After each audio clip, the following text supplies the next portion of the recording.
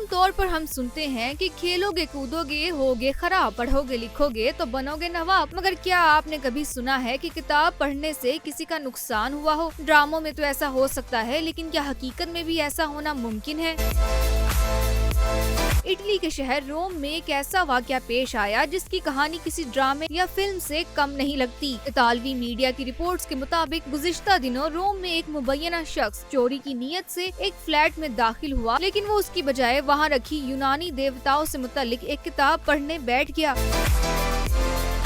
और उसमें इतना गर्क हो जाता है कि उसे पता भी नहीं चलता कि कब घर वाले जाग गए। मीडिया रिपोर्ट्स के मुताबिक वो शख्स मेज पर रखी मारूफ ज़माना किताब इलियाड के बारे में तहरीर करदा एक किताब उठाकर पढ़ने लगता है। जब घर के 71 साला मालिक बेदार हुए तो उन्होंने मुबैना चोर को देखा जो किताब पढ़ने में मगन था। उन्होंने एक अनजान शख्स को अपने घर में देखकर उसे टोका तो उसने बालकनी से निकलकर तेजी से फरार होने की कोशिश की, लेकिन कुछ ही देर बाद उसे गिरफ्तार कर लिया गया। जब इस नाकाम डकैती की खबर किताब के मुसन्निफ तक पहुंची तो उनका कहना था कि वो उस शख्स को अपनी किताब की एक कॉपी भेजना चाहते हैं ताकि वो उस किताब को खत्म कर सके। जबकि रंगे हाथों पकड़े गए शख्स का कहना था कि वो एक दोस्त से मिलने के लिए आया था। उसने कहा कि मैंने सोचा मैं B&B में पहुंच गया हूं और जब मैंने किताब देखी तो उसे पढ़ना शुरू कर दिया।